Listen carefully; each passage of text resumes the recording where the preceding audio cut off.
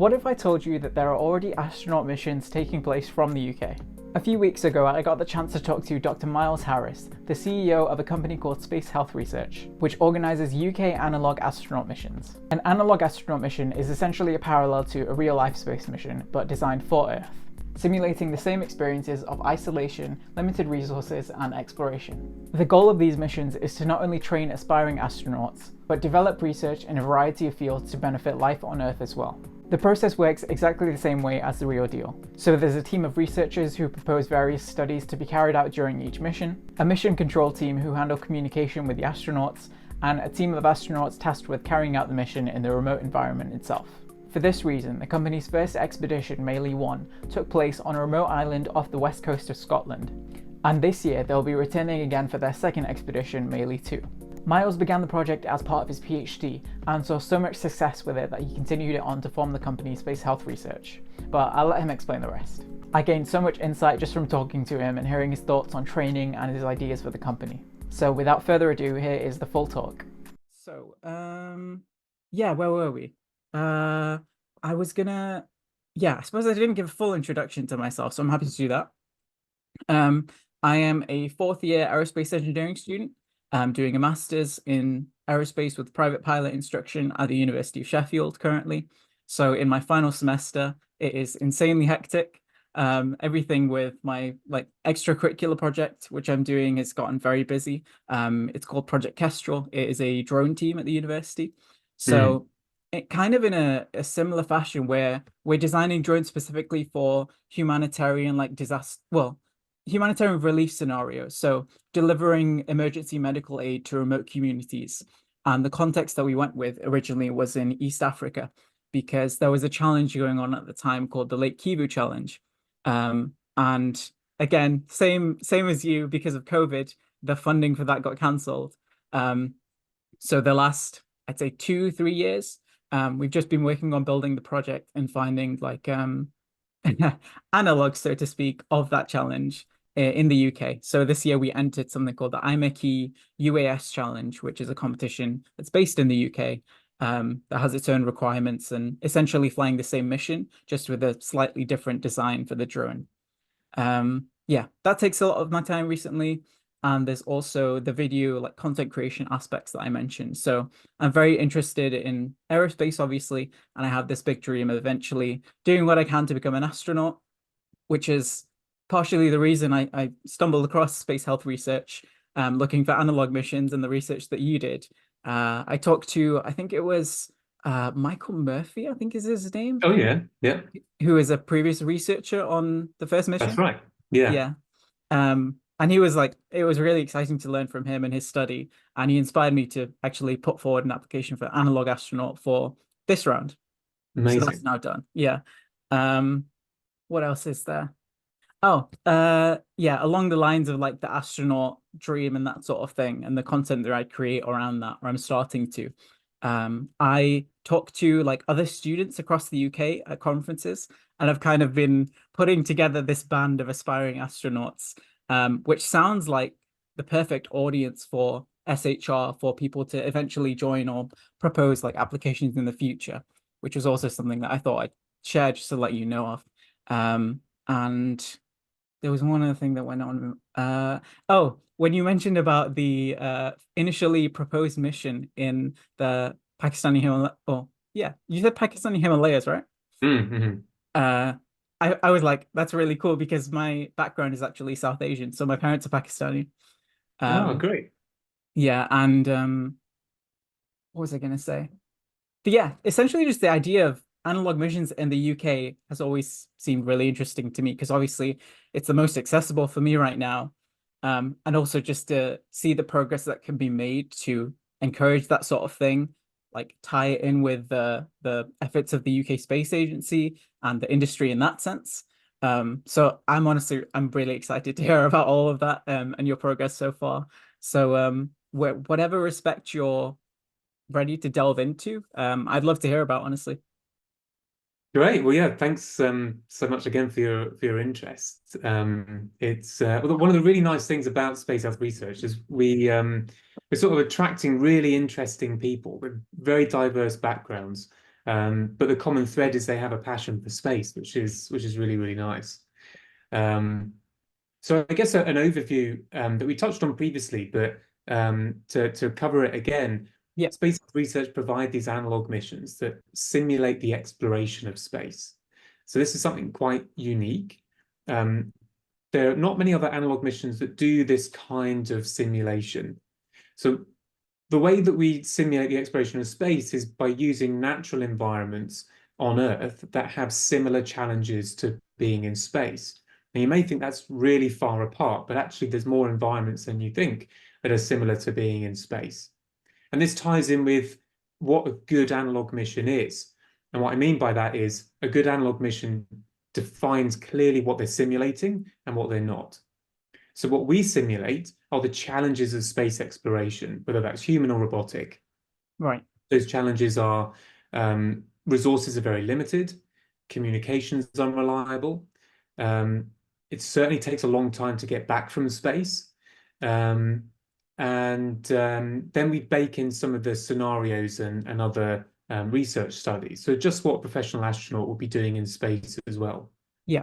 So the primary location that we use is a remote and uninhabited island on the west coast of Scotland. Um, it's it's a secret location, so we Yeah. don't say exactly where it is, and that's to to protect what we call the fidelity of the simulation. Fidelity meaning the realism of the simulation. Um, but what I can say is that the location of the island is on the west coast of Scotland, and it's perfectly positioned so that the west coast of that island is exposed to the Atlantic. Mm. And what that means is that the weather is brought up from the jet stream and throws itself at this tiny island and produces some really challenging conditions. Now, it's not exactly the same as being in space, but no analog has 100% accuracy of simulating space because that's called being in space. Right. Um, so the other thing that's really good about this island is that the distance from north to south is roughly 2 kilometers. And in EVAs, extravehicular activities, most EVAs will be no longer than 2 kilometers. So it's Yeah. an absolutely perfect size. Now, although 2 kilometers doesn't sound very long, the island's topography is exceptionally challenging to move around. So it probably takes a whole day to go from the south to the north and back again, or vice versa.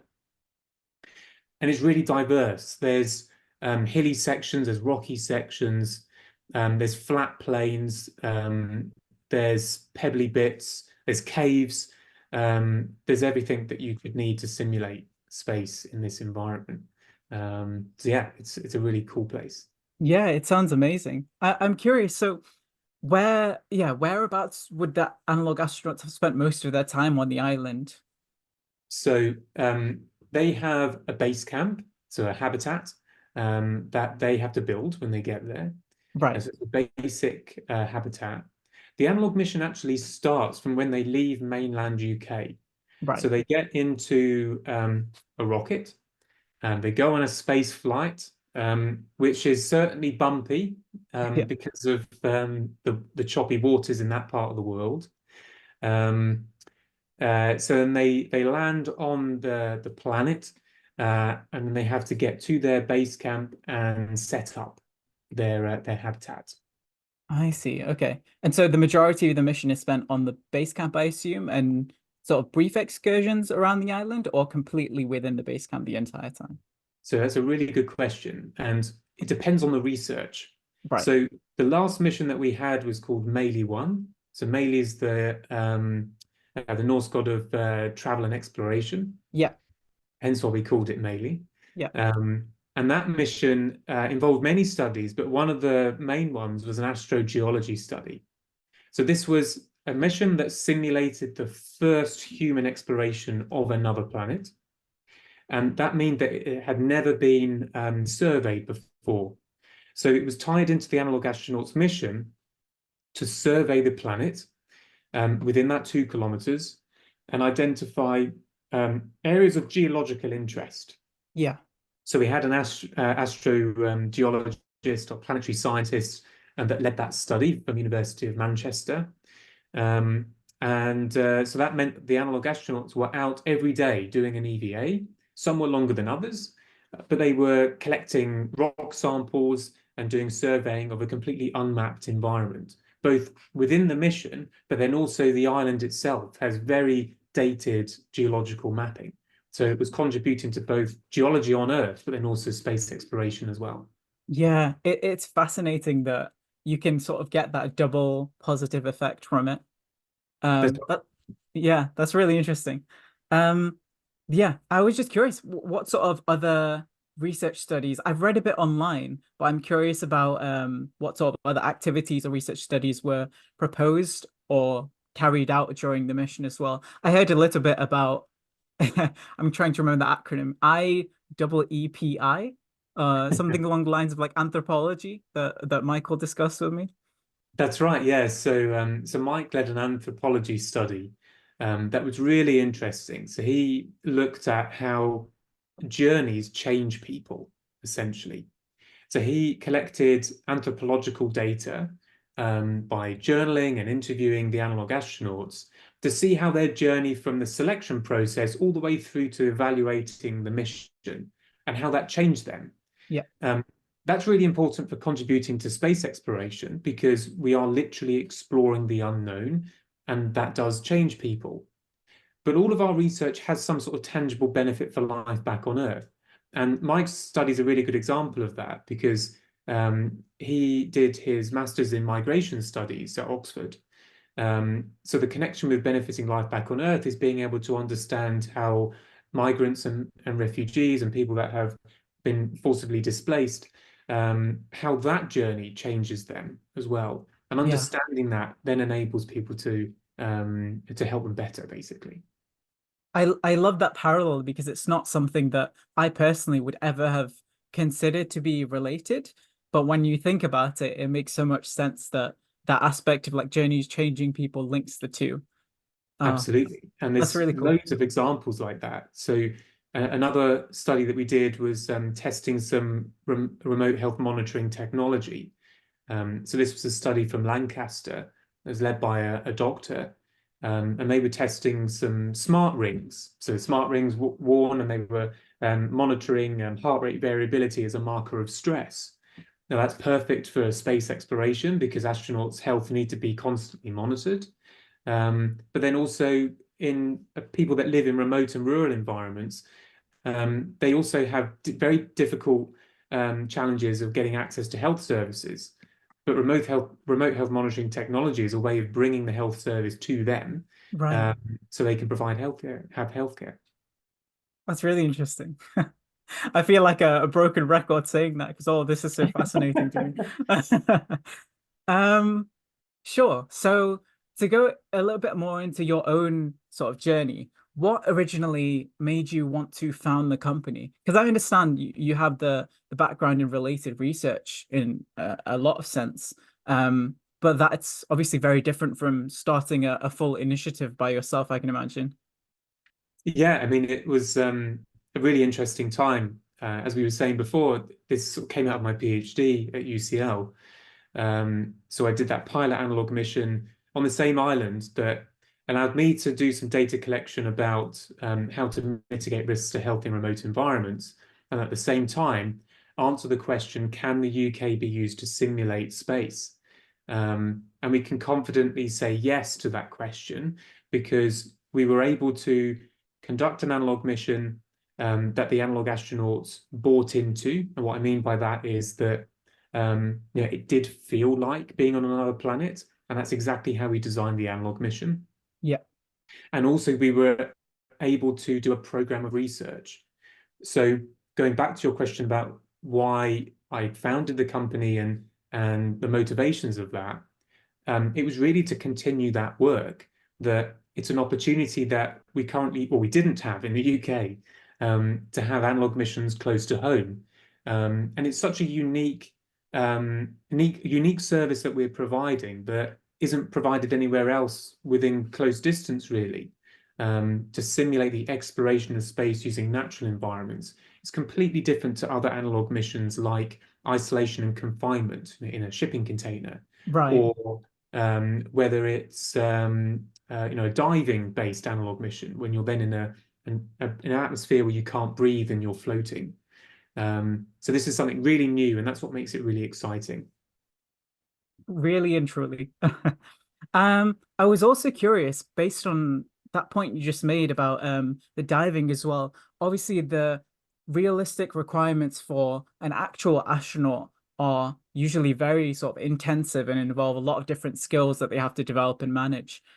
Diving is definitely one of them.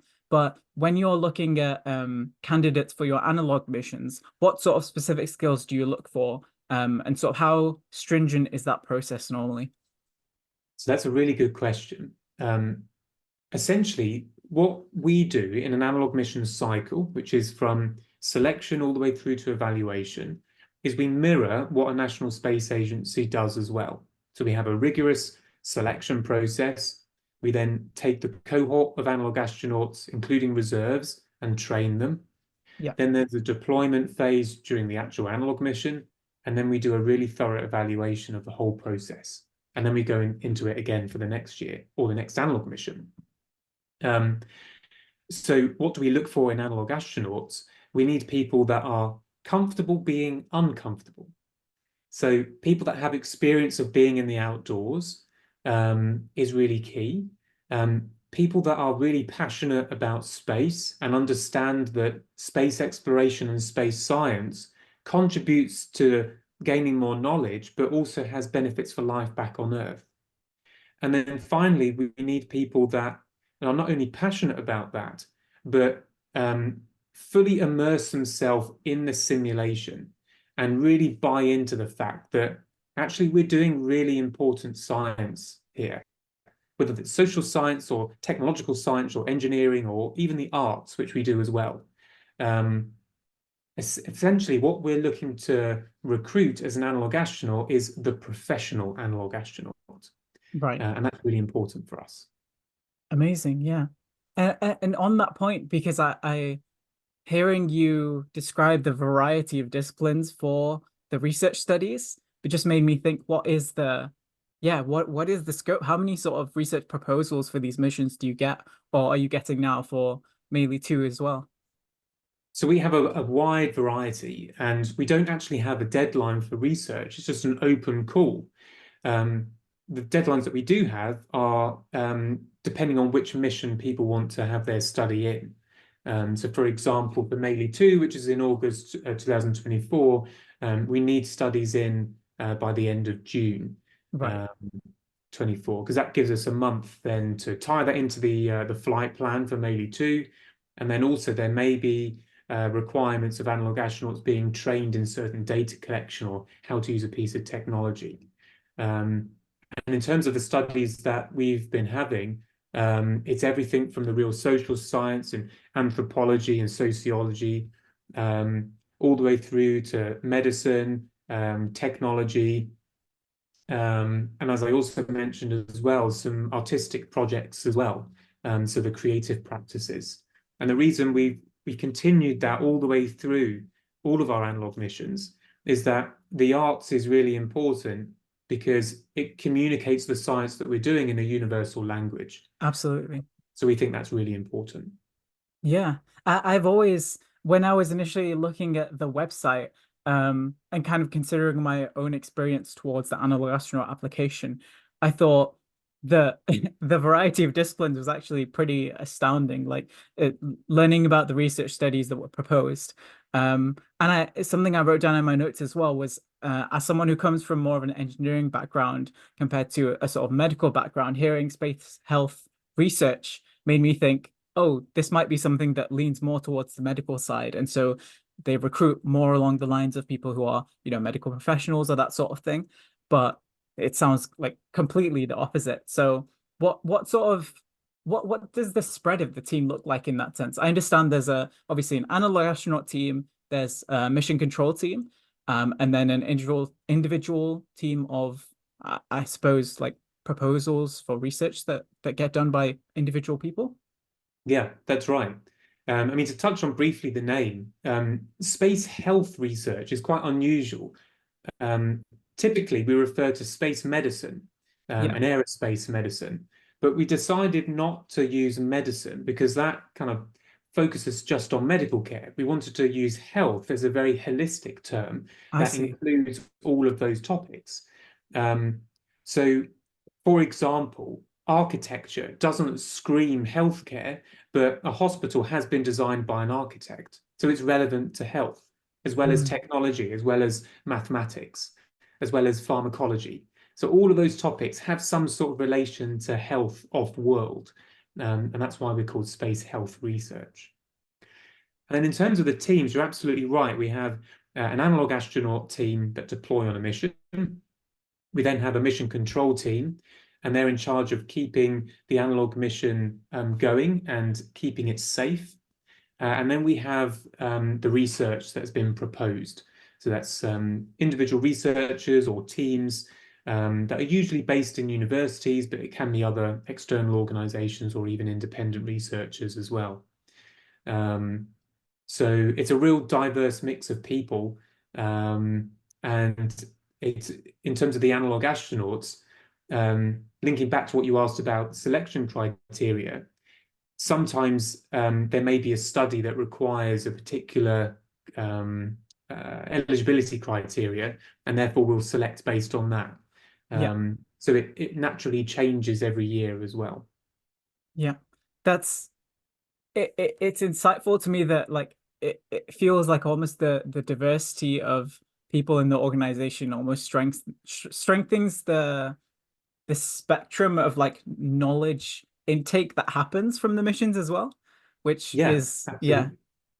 that's The amazing. other thing that I purposefully decided, because obviously I'm a CEO and I run the company, is in terms of leading the company, I purposefully surround myself by people that have different opinions to me and different Yeah. backgrounds to me, because I think that rich diversity in a team in any organization is only going to be for the better. And I think that's why we've made so much progress so quickly, because we are such a diverse team, right from the executive team all the way through to mission control team and the analog astronauts, etc. Yeah, yeah. And that also goes not just in terms of disciplines or areas of research, but the roles themselves. So I'd imagine you're not only looking for analog astronauts, but people to go in the mission control team, people to propose research studies for future missions as well. Absolutely, yeah. We're always looking for research to be proposed. As I say, that's an open call. And it's a real transparent process as well. I've had lots of people say, I'm not really sure whether it's going to fit the portfolio.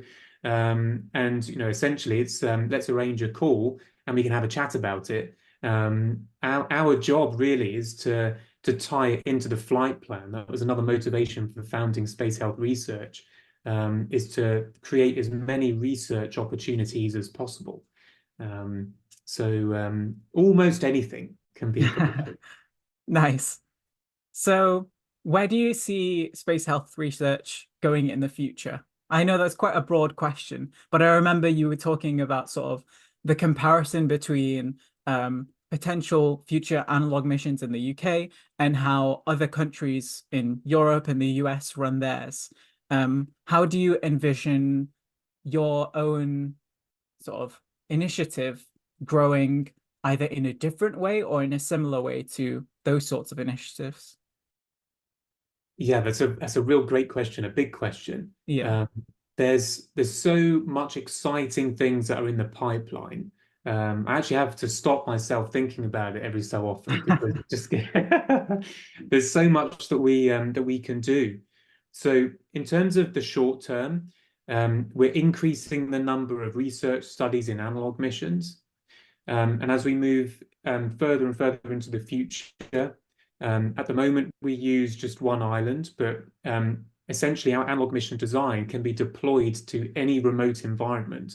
So we're in early discussions about different locations that include the UK, but then also overseas as well, which is really exciting because that Yeah. provides a different analog mission simulation, so we can do different types of research. And it also includes broadening the research that's included. So as I said earlier, most of our studies at the moment are from universities, But we also have one from the European Space Agency, which is coming back again this year to do further data collection. And we also would like to see more creative practices as well as part of the analog missions. The other thing that we're expanding on is not only providing analog missions, but research is important, but it also needs to have impact. We have a philosophy of the research that happens during analog missions needs to have benefit for life back on Earth. But the other important impact is having a benefit for the public and have an awareness about this research. So we're also developing what we're calling a space exploration experience program. And this is where people can experience what it's like to train as an astronaut and actually try the research that's taking place on analog missions. So they can get hands-on and know what it's like to be on an analog mission and to train for that. And then also to get some qualifications and certificates out of that as well. One simple example that's going to be happening later this year in 2024 is providing a National Navigation Awards Scheme certificate. So this is where people can come away for a weekend. It's non-residential, so 2 separate days.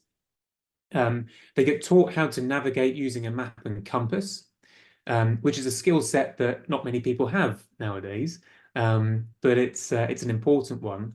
And the link with space here is that being an astronaut means that you have to have a very high functioning skill set and be able to multitask. So if you can do something technical like navigate in the mountains and lead a group, that's a direct relevant skill set and experience to have. And we know that because having spoken to astronauts, part of their selection process is to go to environments where they're physically challenged and psychologically challenged. So being in the mountains is one example. So we want to open that up to the public as well.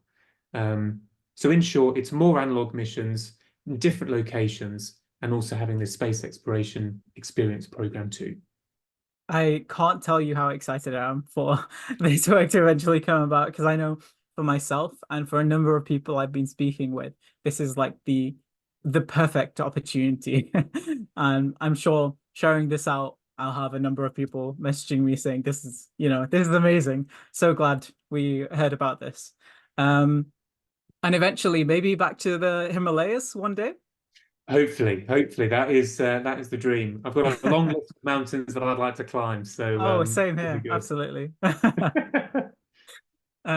That's great. So, I won't take too much of your time. I'll just round it off. I've got one more question in my notes.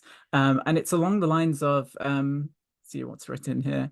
Yeah, what would you recommend either for myself or to anyone watching to improve themselves or get to the level where they can either participate as an analog astronaut or help out in the research sense for the coming missions, Mealy 2 and so on? Mhm. Yeah, I mean, there's 2 sides of one coin there about being an analog astronaut and then also eventually an astronaut as well. And essentially, it's getting out there and gaining as many experiences and qualifications that are relevant to that sphere as you can. Lots of astronauts, have STEM subjects as a master's or PhD, but they also have lots of experience of exploration as well, whether it's diving or mountaineering, which we spoke about earlier. So the more opportunities and experiences like that you can gain, you can demonstrate through the selection process that you're a well-rounded person that can not only step up to be a leader, but knows how to step back and be a team player. You're able to understand complex technical information and apply that practically. And also that, not only being a leader and a team player, but you're a people's person and you can work with others and you can buy into a mission and contribute as much as you can to that. I think all of those things tied up in one package would make somebody a real ideal candidate. That's brilliant. Yeah. There's been so much insight from this that I didn't I, I got so much more from this than I imagine I would have gotten. It's been so helpful and thank you so much for this. I suppose from the recording sense, we'll wrap it up there. But obviously I'm Yeah, you can probably tell from the expression on my face. I'm so excited to learn more about this.